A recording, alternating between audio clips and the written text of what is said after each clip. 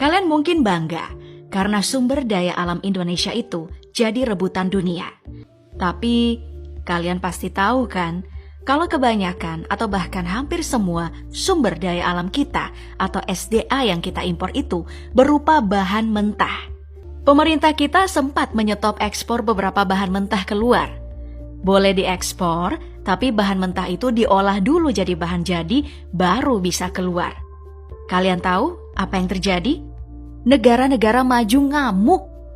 Indonesia bahkan digugat karena kebijakan ini. Lucu kan? SDA kita yang punya, tapi diatur negara lain. Pernyataan Jokowi menurutku sangat menarik. Kalau kita ekspornya bahan mentah, sampai kiamat hanya jadi negara berkembang. Indonesia adalah negara penghasil nikel terbesar di dunia. Totalnya ada 1,6 juta metrik ton yang bahkan menyumbang 48,48% dari total produksi nikel global. Aku kasih gambaran sedikit nih. Nilai ekspor nikel di tahun 2022 itu tembus di angka 514,3 triliun rupiah. Bayangkan keuntungan Indonesia kalau dilakukan hilirisasi atau diolah dulu sebagai barang jadi. Apa yang terjadi? IMF meminta Indonesia untuk menghapus bertahap larangan ekspor itu. Dan jangan sampai merembes ke komunitas internasional. Indonesia juga harus bersengketa hukum dengan Uni Eropa atas gugatan ke Organisasi Perdagangan Indonesia (WTO). Dan menurut Uni Eropa, Indonesia melanggar aturan perdagangan. Dan hasilnya, Indonesia dinyatakan kalah atas gugatan Uni Eropa. Jadi, Indonesia tetap harus mengekspor nikelnya.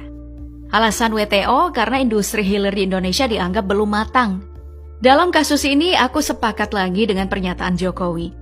Tidak boleh ada negara mendikte dan tidak boleh negara-negara maju merasa standar mereka lebih bagus dari Indonesia. Tidak boleh negara manapun mendikte dan tidak boleh negara-negara maju itu merasa bahwa standar mereka lebih bagus dari standar negara kita.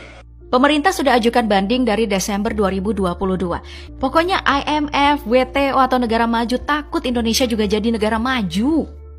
Tidak gampang ciut nyali, tidak gentar demi kepentingan bangsa. Yang juga dilarang untuk diekspor itu adalah bauksit. Larangan ini sudah dimulai sejak 11 Juni 2023. Seperti nikel, bauksit ini juga bakal diolah dan dimurnikan di dalam negeri. Indonesia bahkan ada di urutan kelima terbanyak dunia. Jadi, targetan pemerintah dengan melarang ekspor bauksit, pendapatan negara bertambah dari yang tadinya hanya 21 triliun rupiah menjadi sekitar 62 triliun rupiah. Lanjut, sumber daya alam ini belum terlalu populer tapi disebut sebagai harta karun oleh dunia. Namanya adalah logam tanah jarang atau rare earth.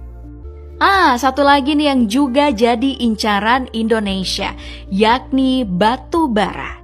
Pemerintah Indonesia resmi melarang semua perusahaan batu bara diekspor di awal tahun 2022. Alasannya, pasokan batu bara untuk pembangkit listrik dalam negeri, khususnya punya PLN, kritis. Tapi itu cuma berlangsung 1 bulan bahkan 11 hari. Tapi besar anggapan kalau ada tekanan dari negara lain dan itu betul. Ada 3 negara yang tepatnya memprotes kebijakan larangan ekspor batu bara Indonesia. Seperti Jepang, Korea Selatan, dan Filipina. Ini karena 3 negara ini memang sangat bergantung pada pasokan batu bara dari Indonesia.